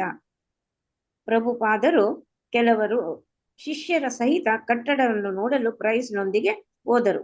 ಪ್ರೈಸ್, ಭಕ್ತರು ಮತ್ತು ಆ ಮನೆಯ ಮೇಲ್ವಿಚಾರಕ ಎಲ್ಲರೂ ಒಟ್ಟಿಗೆ ಗುಂಪಾಗಿ ಮಾತನಾಡುತ್ತಿದ್ದಾಗ ಪ್ರಭುಪಾದರು ಯಾರ ಗಮನಕ್ಕೂ ಬಾರದಂತೆ ಕೋಣೆಯ ಮೂಲೆಯೊಂದಕ್ಕೆ ನಡೆದು ಬಿಟ್ಟರು. ಅಲ್ಲಿ ಒಂದು ಹಳೆಯ ಮಾದರಿಯ ಹೊಲಿಗೆ ಯಂತ್ರ ಇತ್ತು. ಯಂತ್ರದ ಕೆಲಸವನ್ನು ಪರೀಕ್ಷಿಸುತ್ತಾ ಅವರು ಅದನ್ನು ಕಾಲ್ಮೆಟ್ಟನ್ನು ಒತ್ತತೊಡಗಿದರು. ಪ್ರಭುಪಾದರು ಹಿಂದಿರುಗಿ ಒಂದು ಗುಂಪನ್ನು ಸೇರಿಕೊಂಡಾಗ ಮಿಸ್ಟರ್ ಪ್ರೈಸ್ ಹೇಳಿದ, ನೀವು ಕೇವಲ $5,000 ತಂದುಕೊಟ್ಟರೆ ಒಪ್ಪಂದ ಪತ್ರವನ್ನು ಬರೆದುಕೊಡಲು ಮಾಲೀಕರನ್ನು ಕರೆದುಕೊಂಡು ಬರುತ್ತೇನೆ. ಈಗ $5,000, 2 ತಿಂಗಳೊಳಗೆ $5,000. ಅದು ಅಷ್ಟೊಂದು ಕಷ್ಟವಾಗುವುದಿಲ್ಲ. ಪ್ರಭುಪಾದರಿಗೆ ಕಟ್ಟಡ ಇಷ್ಟವಾಯಿತು. ಅದನ್ನು ಕೊಂಡಕೊಳ್ಳಬೇಕೆಂದು ಬ್ರಹ್ಮಾನಂದನಿಗೆ ಹೇಳಿದರು. ಹರೇ ಕೃಷ್ಣ ಮಾತಾಜಿ, ಧನ್ಯವಾದಗಳು ಮಾತಾಜಿ. ಅನಂತ ಅನಂತ ಕುಲಕರ್ಣಿ ಪ್ರಭುಜಿ ಹರೇ ಕೃಷ್ಣ ಮಾತಾಜಿ. ಓದಿ. ಬ್ರಹ್ಮಾನಂದ ಹಾಗೆ ನೇರವಾಗಿ ಹಣ ಕೊಡಲು ಸಿದ್ಧನಾದ. ಆದರೆ ತಕ್ಕ ಒಪ್ಪಂದ ಪತ್ರವನ್ನು ಮೊದಲು ಬರೆಯಬೇಕೆಂದು ಪ್ರಭುಪಾದರು ಹೇಳಿದರು. ಪ್ರೈಸ್ ಭಕ್ತರೊಂದಿಗೆ ಪ್ರತ್ಯೇಕವಾಗಿ ಮಾತನಾಡಿದನು.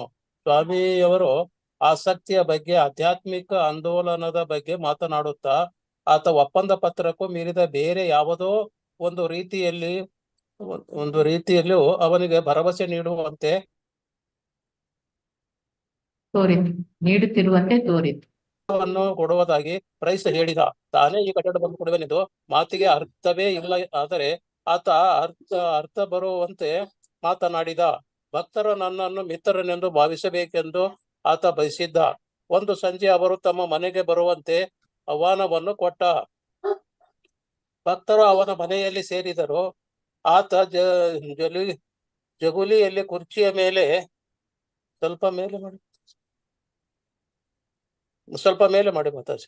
ಬೆಡಸಾಗಿ ಕುಳಿತಿದ್ದ. ಜಗುಲಿಯಲ್ಲಿ ಕುರ್ಚಿಯ ಮೇಲೆ ಕಾಣ್ತಾರೆ. ಬೆಡಸಾಗಿ ಕುಳಿತಿದ್ದ. ಬೆಳಕಾಗಿ ಕುಳಿತಿದ್ದ. ಕಾಣುದಿಲ್ಲವಾ? ಡಾಕ್ಟರ್ ಬೆಳಕಾಗಿ ಕುಳಿತಿದ್ದ. ಅಲ್ಲಿ ಪುಸ್ತಕದ ಮೇಲೆ ಸೆಕೆಂಡ್ ಲೈನ್ ಅಲ್ಲೇ ಉಂಟು. ಅಲ್ಲಿ ಭೇಟಿಯಾಗಲು ಆ ಪ್ರಭುಪಾದರು ಅವನೊಡನೆ ತುಂಬಾ ಬಿಗಿಯಾಗಿ ನಡೆದುಕೊಂಡರು. ಇಲ್ಲಿಂದ ಓದ್ಲ ಬ್ರಹ್ಮಾನಂದ ಪ್ರೈಸರೊಂದಿಗೆ ಕರಾರಿನ ಮಾತುಕತೆಗಳನ್ನು ಮುಂದುವರಿಸಿದ. ಪ್ರೈಸನ ಪ್ರಕಾರ ನೆಕ್ಸ್ಟ್ ಪ್ಯಾರಾಗೆ ಬಂದಿರಿ ಪ್ರಭುಜಿ. ಇಲ್ಲಿ ಫಸ್ಟ್ ಪ್ಯಾರಾ ಓದ್ಬಿಟ್ರೆ ಇದು ನಡುವಿನ ಪ್ಯಾರಾ. ಓಕೆ. ಭಕ್ತರು ಅವನ ಮನೆಯಲ್ಲಿ ಸೇರಿದ. ಆತ ಜಗುಲಿಯಲ್ಲಿ ಕುರ್ಚಿಯ ಮೇಲೆ ಪಡಸಾಗಿ ಕುಳಿತಿದ್ದ. ಅಲ್ಲಿ ಪುಸ್ತಕದ ಅಟ್ಟಣೆಯನ್ನು ಸಾಲು ಇತ್ತು. ಪುಸ್ತಕಗಳಿಲ್ಲ. ಪುಸ್ತಕವನ್ನು ಸಾಲುಗಳನ್ನು ರೂಪಿಸುವ ಚಿತ್ರಗಳಿದ್ದವು. ಅವನು ಹೊಗಳಿಕೆಯಲ್ಲಿ ಮಾತು ಮುಂದುವರೆದೇ ಇತ್ತು. ಕ್ರೈಸ್ತ ಹಯಗ್ರೀವನ ಬರವಣಿಗೆಯನ್ನು ಹೊಗಳಿದ. ಹಯಗ್ರೀವನಿಗೆ ಸ್ಪಷ್ಟವಾಗಿಯೇ ಮುಜುಗರ, ಹೆಮ್ಮೆ ಎರಡೂ ಆಯಿತು. ಅವನು ಭಕ್ತರ ವಿಷಯವಾಗಿ ಪ್ರತಿಯೊಂದನ್ನು ಪ್ರಶಂಸಿಸಿದ. ಇತ್ತೀಚೆಗೆ ಆತನು ನಾಯಿ ಹೇಗೆ ಸತ್ತು ಹೋಯಿತು ಎಂದು ಹೇಳುತ್ತಾ, ಈ ಪುಟ್ಟ ಪ್ರಾಣಿ ಇಲ್ಲದೆ ಮನೆ ಬರಿದಾಗಿ ಕಾಣುತ್ತಿದೆ ಎಂದು ಮುಖ್ಯಸ್ಥಿನ ಎಲ್ಲ ಹೊಗಳಿಕೆಗಳಿಂದ ತುಂಬಿದ ಹೆಣ್ಣಿಗನಾದ ಅಸಹಜ ವ್ಯಕ್ತಿ ಅಂತ ಸಮರ್ಪಕ ವ್ಯವಸ್ಥೆಯನ್ನು ಮಾಡಿದ್ದೆ. ಆದರೆ ಕಟ್ಟಡವನ್ನು ಕೊಟ್ಟಿರುವುದು ಮಿಸ್ಟರ್ ಪ್ರೈಸ್ ಆಸಕ್ತಿ ಉಳ್ಳವನಾಗಿದ್ದ. ಆದರೆ ಮೊದಲ ಬಾರಿಗೆ ಭೇಟಿಯಾಗಿದ್ದನೆಂದನು. ಪ್ರಭುಪಾದರು ಅವನೊಡನೆ ತುಂಬಾ ಬಿಗಿಯಾಗಿಯೇ ನಡೆದುಕೊಂಡರು. ಬ್ರಹ್ಮಾನಂದ ಪ್ರೈಸರೊಂದಿಗೆ ಕರಾರಿನ ಮಾತುಗಳನ್ನು ಮುಂದುವರಿಸಿದರು. ಕ್ರೈಸ್ತನ ಪ್ರಕಾರ ಹಣ ಸಂದಾಯ ತಮ್ಮ ಸಾಮರ್ಥ್ಯದ ಬಗ್ಗೆ ಭಕ್ತರ ಸಾಕ್ಷಿಯನ್ನು ಶೀಘ್ರವೇ ಒದಗಿಸಬೇಕೆಂದು ಕಟ್ಟಡದ ಮಾಲೀಕರು ನಿರೀಕ್ಷಿಸುತ್ತಿದ್ದರು. ಸ್ವಲ್ಪ ಮೇಲೆ ಮಾಡಬೇಕು ಕಾಣ್ತಾರೆ. ಪ್ರಭುಪಾದರ ತಂದಿಟ್ಟಿದ್ದೇನೆ. ಇಲ್ಲಿ ನಮಗ್ ಬಂದಿಲ್ಲ. ಮತ್ತೆ ಪ್ರಭುಪಾದರ ನಿರ್ದೇಶನದ ಮೇರೆಗೆ ಭಕ್ತರು ಒಪ್ಪಂದ ಪತ್ರವನ್ನು ಮಾಡಿಸಿಕೊಳ್ಳಲಿಕ್ಕಾಗಿ ವಕೀಲನೊಬ್ಬನನ್ನು ಗೊತ್ತು ಮಾಡಿಕೊಂಡರು. ಈ ವ್ಯಕ್ತಿ ಪ್ರೈಸ್ ನಮಗೆ ತುಂಬಾ ನೋವನ್ನು ಉಂಟು ಮಾಡುತ್ತಿದ್ದಾನೆ ಎಂದು ಪ್ರಭುಪಾದರು ಹೇಳಿದರು. ಅವರಿಗೆ ಪ್ರೈಸಿನ ಅಗತ್ಯವೇ ಕಾಣಲಿಲ್ಲ. ಇದರಲ್ಲಿ ಕಷ್ಟವೇನಿದೆ? ನಾವೇ ಏಕೆ ಮಾಲೀಕರಿಂದ ಕಟ್ಟಡವನ್ನು ನೇರವಾಗಿ ಕೊಂಡುಕೊಳ್ಳಬಾರದು? ಈ ದಳ್ಳಾಳಿಗಳೆಲ್ಲ ಏಕೆ? ಇಲ್ಲಿ ಇದನ್ನು ನಿರ್ವಹಿಸುವ ರೀತಿ ಹೀಗಿದೆ ಅಷ್ಟೇ ಎಂದ ಬ್ರಹ್ಮಾನಂದ ಹೇಳಿದ. ಹರೇ ಕೃಷ್ಣ. ಧನ್ಯವಾದಗಳು.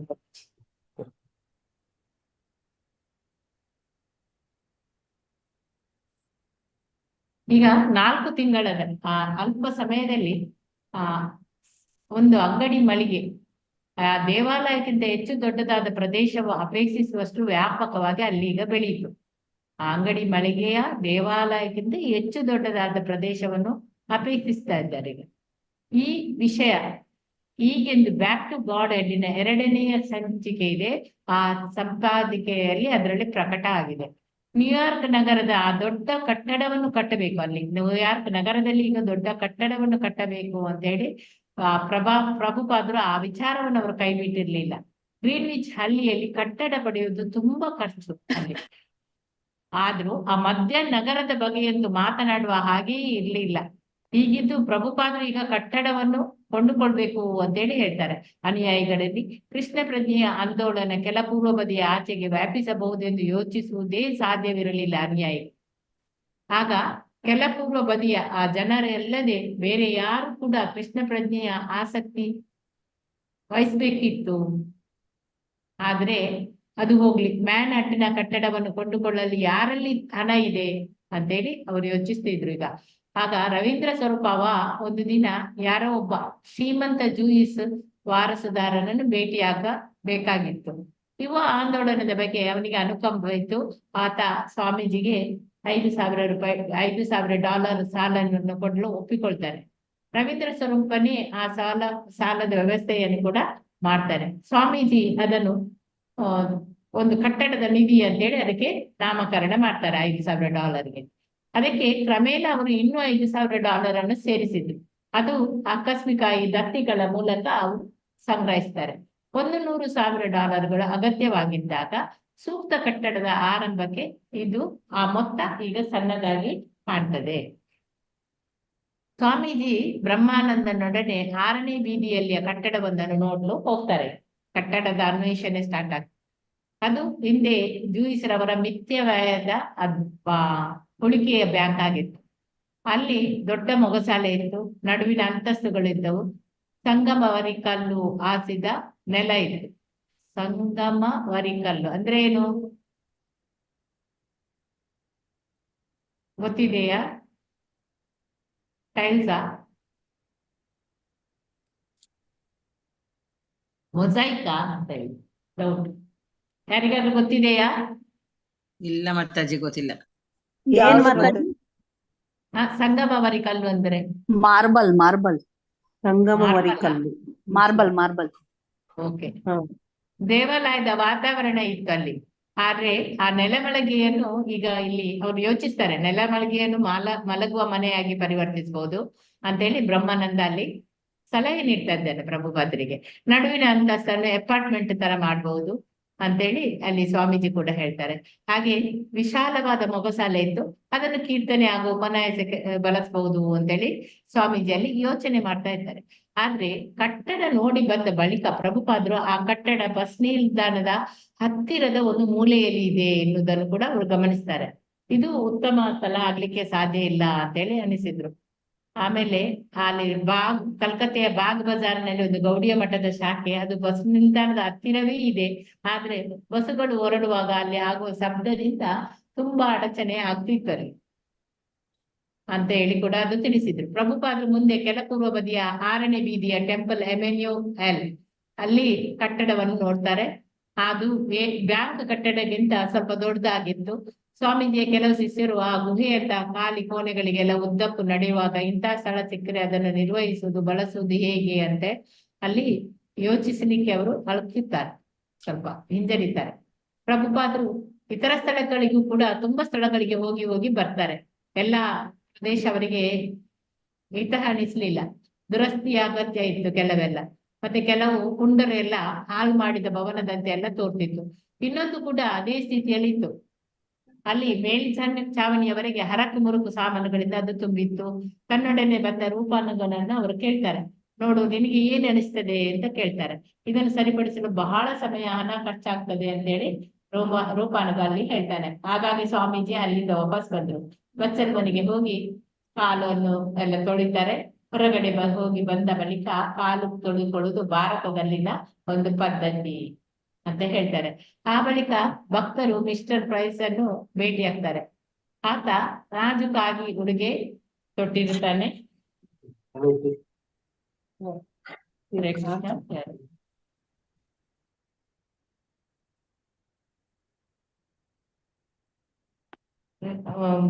ಆಸ್ತಿ ಮಾರಾಟದ ದಲ್ಲಾಳಿಯವರು. ಮತ್ತೆ ನಿಮ್ಗೆ ಅವನು ಹೇಳ್ತಾನೆ, ನಿಮ್ಗೆ ಕೈ ತುಂಬಾ ನಕ್ಷತ್ರಗಳಿವೆ ಅಂತ ಬ್ರಹ್ಮಾನಂದನಿಗೆ ಪ್ರೈಸ್ ಹೇಳ್ತಾನೆ. ನೀವು ತೆರಿಗೆ ರಹಿತ ಧಾರ್ಮಿಕ ಸಂಘಟನೆಯನ್ನು ಇದು ಸಂಯೋಜಿಸಿದ್ದೀರಾ. ಇದು ಇಷ್ಟೊಂದು ಹಣ ಉಳಿಸುವುದೆಂಬ ವಿಚಾರವೇ ನಿಮಗೆ ಗೊತ್ತಿಲ್ಲ. ತೆರಿಗೆ ಕೊಡಲಿಕ್ಕೆ ಆಗುವುದಿಲ್ಲ ಎಂಬುದು ಕಾರಣಕ್ಕಾಗಿಯೇ ನೀವು ಜನ ಮನೆ ಎಲ್ಲ ಖಾಲಿ ಮಾಡ್ತಿದ್ದೀರಾ. ಆದರೆ ನಿಮ್ಮನ್ನೆಲ್ಲ ನೋಡಿಕೊಳ್ಳಲು ಮೇಲೆ ಅವನಿದ್ದಾನೆ. ನಿಮಗೂ ನಿಮ್ಮ ಸ್ವಾಮೀಜಿಯವರಿಗೂ ನಾನೀಗ ಒಂದು ಸ್ಥಳವನ್ನು ಕೊಡಿಸ್ತೇನೆ ಅಂತ ಹೇಳ್ತಾನೆ. ಅವನು ದಲ್ಲಾಳಿ ಆಗುತ್ತೆ. ಮಿಸ್ಟರ್ ಪ್ರೈಸ್ ಬ್ರಹ್ಮಾನಂದನಿಗೆ ಸೆಂಟ್ ಮಾರ್ಕ್ ಸ್ಥಳದ ಹತ್ತಿರದ 3 ಮಹಡಿಗಳ ಒಂದು ಸುಂದರ ಕಟ್ಟಡವನ್ನು ತೋರಿಸ್ತಾನೆ. ಅದರ ಬಜಾರಿಗೆ ಹತ್ತಿರದ ಜಾಗ. ಯುವಕರು ಹೆಚ್ಚಾಗಿ ಅಲ್ಲಿ ಇರ್ತಾರೆ. ಆ ಸ್ಥಳ ಮೇಲ್ನಗರದ ಜನರು ಸುರಕ್ಷಿತ ಅಂತ ಹೇಳಿ ಭಾವಿಸ್ತಾರೆ. ನೆಲಕ್ಕೆ ನುಣುಪುಗೊಳಿಸಿದ ಗಟ್ಟಿ ಹಲಿಗೆಯನ್ನು ಕೂಡ ಹಾಕಿದೆ. ಆಮೇಲೆ ಎಲ್ಲಾ ಬಾಗಿಲುಗಳು ಕೈಕಸುಬುಗಳಿಂದ ಆವೃತ ಮಾಡಿದಾಗಿದೆ, ಅಲಂಕೃತಗೊಂಡಿದೆ. ದೇವಾಲಯಕ್ಕೆ ಯೋಗ್ಯವಾದ ದೊಡ್ಡ ಸಭಾಭವನ ಕೂಡ ಇತ್ತು. ಮಾರ್ಕುಸ್ ಡೆ ಎಟ್ಟೆಯ 1824ರಲ್ಲಿ ನಗರಕ್ಕೆ ಬಂದಾಗ ಇಲ್ಲಿ ಅವರು ನೆಲೆಸಿದ್ರು. ಆದ್ರಿಂದ ಈ ಕಟ್ಟಡಕ್ಕೆ ಒಂದು ಬಗೆಯಾದ ಆಕರ್ಷಣೆ ಮತ್ತೆ ಘನತೆ ಇತ್ತು. ಒಂದು ಸಂಜೆ ಮಿಸ್ಟರ್ ಪ್ರೈಸ್ ಅವರು ಪ್ರಭುಪಾದರನ್ನು ಮೇಲಿನ ಕೋಣೆಯಲ್ಲಿ ಭೇಟಿಯಾಗಿ ಪ್ರಭುಪಾದರು ಬರೆಯುವ ಮನೆಯ ಹಿಂದೆ ನೆಲದ ಮೇಲೆ ಅಲ್ಲಿ ಕುಳಿತುಕೊಳ್ತಿರ್ತಾರೆ. ಪ್ರಭುಪಾದರು ಯಾವಾಗ್ಲೂ ಮನೆಯ ಹಿಂದಿನ ನೆಲದ ಮೇಲೆ ಅವರು ಕೂತ್ಕೊಳ್ತಾರೆ. ಈ ಮಿಸ್ಟರ್ ಪ್ರೈಸ್ ಕಬ್ಬಿಣದ ಮಡಚುವ ಕುರ್ಚಿಯಲ್ಲಿ ಕುಳಿತುಕೊಂಡಿರ್ತಾರೆ. ಮಿಸ್ಟರ್ ಪ್ರೈಸ್ ನಾಜೂಕಾದ ಸೂಟನ್ನು ಮತ್ತೆ ಬಿಳಿ ಉಡುಗೆಯ ಅಂಗಿಯನ್ನು, ಅಲಂಕಾರಿಕ ತೋಳುಪಟ್ಟಿಯನ್ನು ಮತ್ತೆ ತೊಟ್ಟಿದ್ದವನು. ಆತನ ಈ ಬೆಳೆ ಬಾಳುವ ಉಡುಗೆ ಅತಿ ಜಾಗರೂಕತೆಯಿಂದ ಇಸ್ತ್ರಿ ಎಲ್ಲ ಸರಿ ನೀಟಾಗಿ ಮಾಡಿದ್ದಾನೆ. ಜಾಗರೂಕತೆಯಿಂದ ಹದ ಮಾಡಿದ ಮುಖ ಅವನದು. ಚೆಲುವಾದ ಕೂದಲು ಇವುಗಳೆಲ್ಲ ಇತ್ತು. ಅದು ವಿಗ್ ಅಂತ ಹೇಳಿ ಕೆಲವರು ಅದನ್ನು ಭಾವಿಸ್ತಾರೆ. ಸ್ವಾಮೀಜಿಯವರು ಮಾತ್ರ ಸ್ವಾಮೀಜಿಯವರು ಸರಳತೆಯಲ್ಲಿ ಇರ್ತಿದ್ರು. ಆದ್ರೆ ಸ್ವಾಮೀಜಿಯವರ ಈ ಸರಳತೆಗೆ ಇದು ವಿರುದ್ಧವಾಗಿತ್ತು. ಪ್ರೈಸ್ ಸ್ವಾಮೀಜಿಯವರಿಗೆ ಮಾತನಾಡುವಾಗ ಎಲ್ಲ ಪೂಜ್ಯರಾದ ತಾವು ಎಂದು ಮತ್ತೆ ಮತ್ತೆ ಹೇಳ್ತಿದ್ದ. ಈಗ ಸ್ವಾಮೀಜಿಯವರ ಕಾರ್ಯಕ್ಕೆ ಅವನು ಮೆಚ್ಚುಗೆಯನ್ನು ಕೂಡ ಸೂಚಿಸ್ತಾನೆ. ತನ್ನ ಸಂಪರ್ಕಗಳ ಮೂಲಕ ಪ್ರಭುಪಾದರಿಗೆ ತುಂಬಾ ಹಣವನ್ನು ಉಳಿಸಿಕೊಡುವುದಾಗಿ, ತಾನು ಎಲ್ಲಾ ತೊಂದರೆಗಳನ್ನು ತೆಗೆದುಕೊಂಡು ಅವರು ಬಯಸಿದ ಸ್ಥಳವನ್ನೇ ಕೊಡಿಸುವುದಾಗಿ ಅವನು ಭರವಸೆ ನೀಡ್ತಾನೆ. ಹೆಚ್ಚಾಗಿ ದಲ್ಲಾಳಿಗಳು ಇದೇ ರೀತಿ ಮಾತನಾಡ್ತಾರಲ್ಲವಾ. ಪ್ರಭುಪಾದರು ಕೆಲವರು ಶಿಷ್ಯರ ಸಹಿತ ಕಟ್ಟಡವನ್ನು ನೋಡಲು ಪ್ರೈಸ್ನೊಂದಿಗೆ ಈಗ ಹೋಗ್ತಾರೆ. ಪ್ರೈಸ್ ಭಕ್ತರ ಮತ್ತು ಆ ಮನೆಯ ಮೇಲ್ವಿಚಾರಕರು ಯಾರಿದ್ರೆ ಎಲ್ಲರೂ ಒಟ್ಟಿಗೆ ಗುಂಪಾಗಿ ಮಾತನಾಡ್ತಿದ್ದಾಗ ಪ್ರಭುಪಾದರು ಯಾರ ಗಮನಕ್ಕೆ ಬಾರದಂತೆ ಅಲ್ಲಿ ಒಂದು ಕೋಣೆಯ ಮೂಲೆಯೊಂದಕ್ಕೆ ನಡೆದು ಹೋಗ್ತಾರೆ. ಅಲ್ಲಿ ಹಳೆ ಮಾದರಿಯ ಒಂದು ಹೊಳಿಗೆ ಯಂತ್ರ ಇರ್ತದೆ. ಅವರು ಅದರಲ್ಲಿ ಕೂತ್ಕೊಂಡು ಅದನ್ನು ಪರೀಕ್ಷಿಸ್ತಾರೆ. ಅದನ್ನು ಕೂತ್ಕೊಂಡು ಕಾಲ್ಮೆಟ್ಟನ್ನು ಒತ್ತಿಕೊಂಡು ಅದು ಸರಿ ಇದೆಯಾ ಅಂತೇಳಿ ನೋಡ್ತಾರೆ. ಮತ್ತೆ ಗುಂಪಿಗೆ ಗೊತ್ತಾಗದಾಗೆ ಒಂದು ಗುಂಪನ್ನು ಬಂದು ಸೇರಿಕೊಳ್ತಾರೆ. ಅಲ್ಲಿ ನೀವು ಕೇವಲ $5,000 ತಂದು ಕೊಟ್ರೆ ಸಾಕು ಅಂತೇಳಿ ಪ್ರೈಸ್ ಹೇಳ್ತಾನೆ. ಒಂದು ಒಪ್ಪಂದ ಪತ್ರವನ್ನು ಮಾಡುವ ಮಾಲೀಕರನ್ನು ಕರೆದುಕೊಂಡು ಬರ್ತೇನೆ. ಈಗ 5,000 ಮತ್ತೆ 2 ತಿಂಗಳ ನಂತರ ಇನ್ನೊಂದು 5,000 ಇನ್ನು 5,000 ಅಂತೇಳಿ, ಆಗ ನಿಮ್ಗೆ ಅಷ್ಟೊಂದು ಕಷ್ಟ ಆಗುದಿಲ್ಲ ಅಂತೇಳಿ ಹೇಳ್ತಾರೆ. ಪ್ರಭುಪಾದರಿಗೆ ಮಾತ್ರ ಕಟ್ಟಡ ಇಷ್ಟ ಆಗ್ತದೆ. ಅದನ್ನು ಕೊಂಡುಕೊಳ್ಳಬೇಕೆಂದು ಅವರು ಬ್ರಹ್ಮಾನಂದನಿಗೆ ಕೂಡ ಹೇಳ್ತಾರೆ. ಬ್ರಹ್ಮಾನಂದ ಏನ್ ಮಾಡ್ತಾನೆ, ಹಾಗೆಯೇ ನೇರವಾಗಿ ಹಣ ಕೊಡಲು ಸಿದ್ಧನಾದ ಈಗ. ಆದ್ರೆ ತಕ್ಕ ಒಪ್ಪಂದ ಪತ್ರವನ್ನು ಮೊದಲು ಬರೆಸ್ಬೇಕಂತೇಳಿ ಇಲ್ಲಿ ಪ್ರಭುಪಾದರು ಹೇಳ್ತಾರೆ. ಆಗ ಪ್ರೈಸ್ ಭಕ್ತರೊಂದಿಗೆ ಪ್ರತ್ಯೇಕವಾಗಿ ಮಾತನಾಡ್ತಾರೆ. ಸ್ವಾಮಿಯವರ ಆಸಕ್ತಿಯ ಬಗ್ಗೆ, ಅವರ ಆಧ್ಯಾತ್ಮಿಕ ಆಂದೋಲನದ ಬಗ್ಗೆ ಮಾತನಾಡುತ್ತಾ ಆತ ಒಪ್ಪಂದ ಪತ್ರಕ್ಕೂ ಮೀರಿದ ಬೇರೆ ಯಾವುದೋ ಒಂದು ರೀತಿಯಲ್ಲಿ ಅವರಿಗೆ ಭರವಸೆ ನೀಡುತ್ತಿರುವಂತೆ ತೋರಿಸ್ತದೆ. ತಾನು ಅವರಿಗೆ ಆ ಕಟ್ಟಡವನ್ನು ಕೊಡುವುದಾಗಿ ಪ್ರೈಸ್ ಹೇಳ್ತಾರೆ. ಅಂದ್ರೆ ತಾನೇ ಆ ಕಟ್ಟಡವನ್ನು ಕೊಡುವನೆಂದು ಹೇಳಿದ ಆ ಮಾತಿಗೆ ಅರ್ಥವೇ ಇಲ್ಲ ಅಂತ ಹೇಳಿ ಆಯ್ತು. ಯಾಕಂದ್ರೆ ಅದು ಯಾರ್ದೋ ಕಟ್ಟಡ, ಮಾಲೀಕರ ಕಟ್ಟಡ. ಆದರೆ ಆತ ಆ ಅರ್ಥ ಬರುವಂತೆ ಹಾಗೆ ಅಲ್ಲಿ ಮಾತನಾಡ್ತಾರೆ. ಭಕ್ತರು ತನ್ನನ್ನು ಮಿತ್ರನೆಂದು ಭಾವಿಸ್ಬೇಕು ಅಂತ ಆತ ಅಲ್ಲಿ ಇಚ್ಛಿಸುತ್ತಾನೆ. ಒಂದು ಸಂಜೆ ಅವರನ್ನು ತನ್ನ ಮನೆಗೆ ಬರುವಂತೆ ಕೂಡ ಅವನು ಕರೀತಾನೆ. ಎಲ್ಲರನ್ನು ಆಹ್ವಾನವನ್ನು ಕೊಡ್ತಾನೆ. ಭಕ್ತರು ಏನ್ ಮಾಡ್ತಾರೆ, ಅವನ ಮನೆಯಲ್ಲಿ ಸೇರ್ತಾರೆ. ಜಗಲಿಯ ಕುರ್ಚಿಯ ಮೇಲೆ ಅವನು ಒಂದು ಕುಳಿತಿದ್ದ. ಅಲ್ಲಿ ಪುಸ್ತಕದ ಅಟ್ಟಣಿಗೆ ಸಾಲು ಇತ್ತು, ಆದ್ರೆ ಪುಸ್ತಕಗಳು ಇರ್ಲಿಲ್ಲ. ಪುಸ್ತಕಗಳ ಸಾಲುಗಳು ರೂಪಿಸುವ ಚಿತ್ರಗಳು ಇದ್ದವು. ಅನೇಕ ಹೊಗಳಿಕೆಯ ಮಾತು ಮುಂದುವರಿಯುತ್ತಾ ಇತ್ತು. ಪ್ರೈಸ್ ಹಯಗ್ರೀವನ ಬರವಣಿಗೆಯನ್ನು ಹೊಗಳ್ತಾನೆ. ಮತ್ತೆ ಹಯಗ್ರೀವನಿಗೆ ಸ್ಪಷ್ಟವಾಗಿ ಆ ಮುಜುಗುರ, ಹೆಮ್ಮೆ ಎರಡು ಕೂಡ ಆಗ್ತದೆ ಈಗ. ಅವನು ಭಕ್ತರ ವಿಷಯವಾಗಿ ಪ್ರತಿಯೊಂದನ್ನು ಕೂಡ ಪ್ರಶಂಸಿಸ್ತಾನೆ. ಇತ್ತೀಚೆಗೆ ಆತನ ನಾಯಿ ಹೇಗೆ ಸತ್ತು ಹೋಯಿತು ಎಂದು ಹೇಳ್ತಾ, ಆ ಪುಟ್ಟ ಪ್ರಾಣಿ ಇಲ್ಲದೆ ಈಗ ಮನೆ ಬರಿದಾಗಿ ಕಾಣ್ತದೆ ಅಂತ ಹೇಳ್ತಾನೆ. ನೋಡಿ, ಮುಖಸ್ತುತಿ ಹಾಗೂ ಹೊಗಳಿಕೆಗಳಿಂದ ತುಂಬಿದ ಹೆಣ್ಣಿಗನಂತೆ ಸಹಜ ವ್ಯಕ್ತಿಯ ಈ ಸಮರ್ಪಕ ವ್ಯವಸ್ಥೆಯನ್ನು ಮಾಡಿದೆ. ಆದರೆ ಕಟ್ಟಡವನ್ನು ಕೊಡಿಸುವುದರಲ್ಲಿ ಮಿಸ್ಟರ್ ಪ್ರೈಸ್ ಆಸಕ್ತಿ ಉಳ್ಳವನಾಗಿದ್ದ. ಆದ್ರೆ ಮೊದಲ ಬಾರಿಗೆ ಭೇಟಿಯಾದಾಗಿನಿಂದ ಪ್ರಭುಪಾದರ ಅವರೊಡನೆ ತುಂಬಾ ಸ್ಟ್ರಿಕ್ಟ್ ಆಗೇ ಇದ್ರು ಅವರಲ್ಲಿ. ಬ್ರಹ್ಮಾನಂದ ಪ್ರೈಸ್ನೊಂದಿಗೆ ಕರಾರಿನ ಮಾತುಕತೆಯನ್ನು ಮುಂದುವರಿಸಿದ. ಪ್ರೈಸಿನ ಪ್ರಕಾರ ಹಣ ಸಂದಾಯವನ್ನು ನಿರ್ವಹಿಸುವ ತಮ್ಮ ಸಾಮರ್ಥ್ಯದ ಬಗ್ಗೆ ಅವನು ಭಕ್ತರನ್ನು ಸಾಕ್ಷಿಯನ್ನು ಆಗಿ ಶೀಘ್ರವೇ ಒದಗಿಸಬೇಕೆಂದು ಕಟ್ಟಡದ ಮಾಲೀಕರು ನಿರೀಕ್ಷಿಸುತ್ತಿದ್ದರು. ಪ್ರಭುಪಾದರ ನಿರ್ದೇಶನ ಏನಿತ್ತು ಅದರ ಮೇರೆಗೆ ಭಕ್ತರು ಒಪ್ಪಂದ ಪತ್ರವನ್ನು ಮಾಡಿಸಿಕೊಳ್ಳಲಿಕ್ಕಾಗಿ ವಕೀಲನೊಬ್ಬನನ್ನು ಈಗ ಗೊತ್ತು ಮಾಡಿಕೊಳ್ತಾರೆ. ಆ ವ್ಯಕ್ತಿ ಅಂದ್ರೆ ಪ್ರೈಸ್. ಅವರಿಗೆ ತುಂಬಾ ನೋವನ್ನು ಉಂಟು ಮಾಡ್ತಾ ಇದ್ದಾರೆ ಅಂತ ಪ್ರಭುಪಾದರು ಹೇಳ್ತಾರೆ. ಅವರಿಗೆ ಅವನ ಅಗತ್ಯವೇ ಇಲ್ಲ. ಇದರಲ್ಲಿ ಕಷ್ಟ ಏನಿದೆ? ನಾವೇ ಏಕೆ ಮಾಲೀಕರ ಹತ್ರ ಕಟ್ಟಡವನ್ನು ನೇರವಾಗಿ ಕೊಂಡುಕೊಳ್ಬಾರದು? ಈ ದಳ್ಳಾಳಿಗಳೆಲ್ಲ ಏಕೆ ಇಲ್ಲಿ ಅದನ್ನು ನಿರ್ವಹಿಸುವ ರೀತಿ ಹೀಗಿದೆ ಅಂತ ಹೇಳಿ ಬ್ರಹ್ಮಾನಂದ ಅಲ್ಲಿ ಹೇಳ್ತಾನೆ. ಅಂದ್ರೆ ಅವನಿಗೆ ಪ್ರಭುಪಾದರಿಗೆ ಈ ದಳ್ಳಾಳಿಗಳೆಲ್ಲ ಇಷ್ಟ ಇರ್ಲಿಲ್ಲ ಮೊದ್ಲೇ ಅಂತ. ಇಲ್ಲಿ ಬ್ರೋಕರ್ ಅಂತ ಹೇಳ್ತೇವೆ, ಅದೆಲ್ಲ ಇಷ್ಟ ಇರ್ಲಿಲ್ಲ. ಆದ ಕಾರಣ ಅವರು ನೇರವಾಗಿ ನಾವು ಅವರ ಹತ್ರವೇ ಮಾತನಾಡ್ಬಹುದಲ್ಲ, ಓನರ್ ಹತ್ರವೇ ಮಾತನಾಡಿ ನಾವು ಅದನ್ನು ತೆಗೆದುಕೊಳ್ಬಹುದಲ್ಲ ಅಂತೇಳಿ ಒಮ್ಮೆ ಮಾತನಾಡ್ತಾರೆ. ಆದ್ರೆ ಬ್ರಹ್ಮಾನಂದ ಹೇಳ್ತಾನೆ, ಇಲ್ಲಿ ಅದೆಲ್ಲ ಆಗುದಿಲ್ಲ, ಇವರ ಮೂಲಕವೇ ನಾವು ಹೋಗ್ಬೇಕು, ಅದನ್ನು ಹೀಗೆ ನಾವು ಹೋಗ್ಲಿಕ್ಕೆ ತುಂಬಾ ಕಷ್ಟ ಇದೆ ಅಂತೇಳಿ ಹೇಳ್ತಾರೆ. ನೆಕ್ಸ್ಟ್ ನಾನು ಓದ್ಲಾ ಮಾತಾಜಿ? ಮೋದಿ ನೋಡಿ ಒಂದು ಪ್ಯಾರ ಓದಿ, ಸಿಗ್ನಲ್ ಇದ್ರೆ ಕಂಟಿನ್ಯೂ. ಆಲನ್ ಕಲ್ಮನ್ ಒಬ್ಬ ಧ್ವನಿ ಮುದ್ರಣ ತಯಾರಕ. ಭಾರತದಿಂದ ಬಂದ ಸ್ವಾಮೀಜಿ ಹಾಗೂ ಅವರ ತಮ್ಮೊಂದಿಗೆ ತಂದ ಮಂತ್ರದ ಬಗ್ಗೆ Alan the East village other ಪತ್ರಿಕೆಯಲ್ಲಿ ಪ್ರಕಟವಾದ ಲೇಖನವನ್ನು ಓದಿದ್ದ.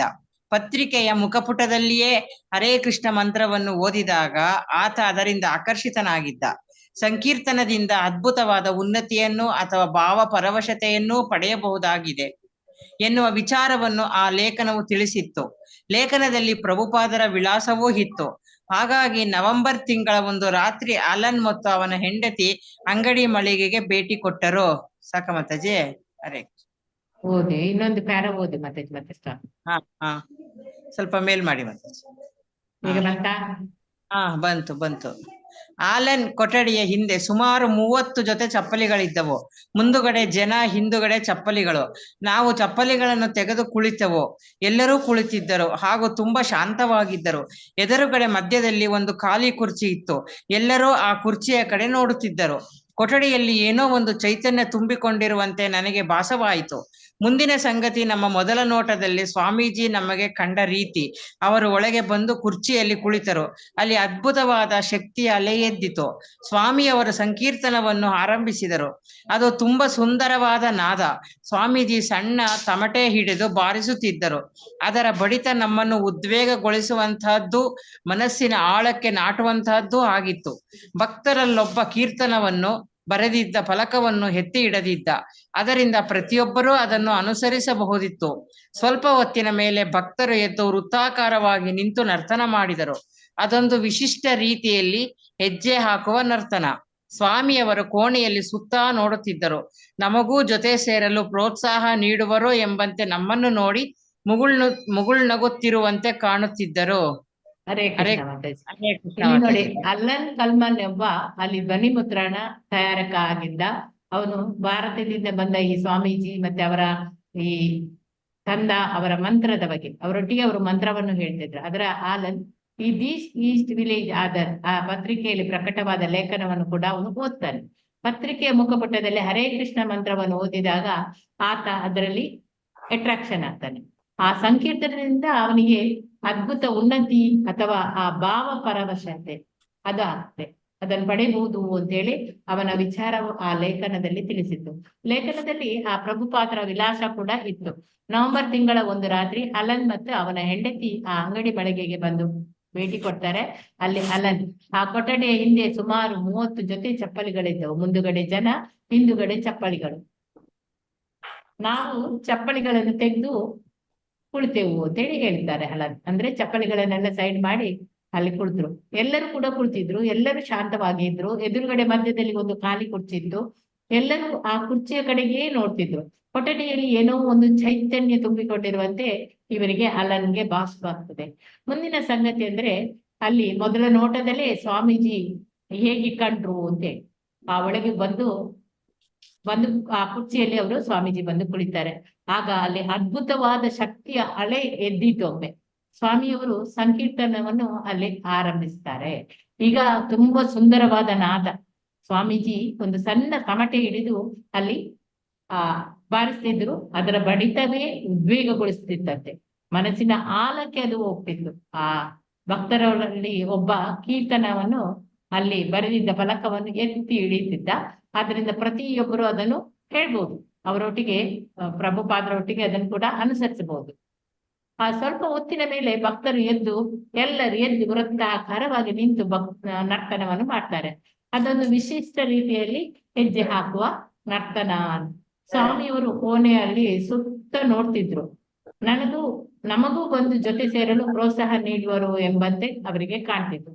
ನಮ್ಮನ್ನು ನೋಡಿ ಮುಗುಳ್ನಗುತ್ತಿರುವಂತೆ ಕೂಡ ಅಲ್ಲಿ ಕಾಣ್ತಿದ್ರು.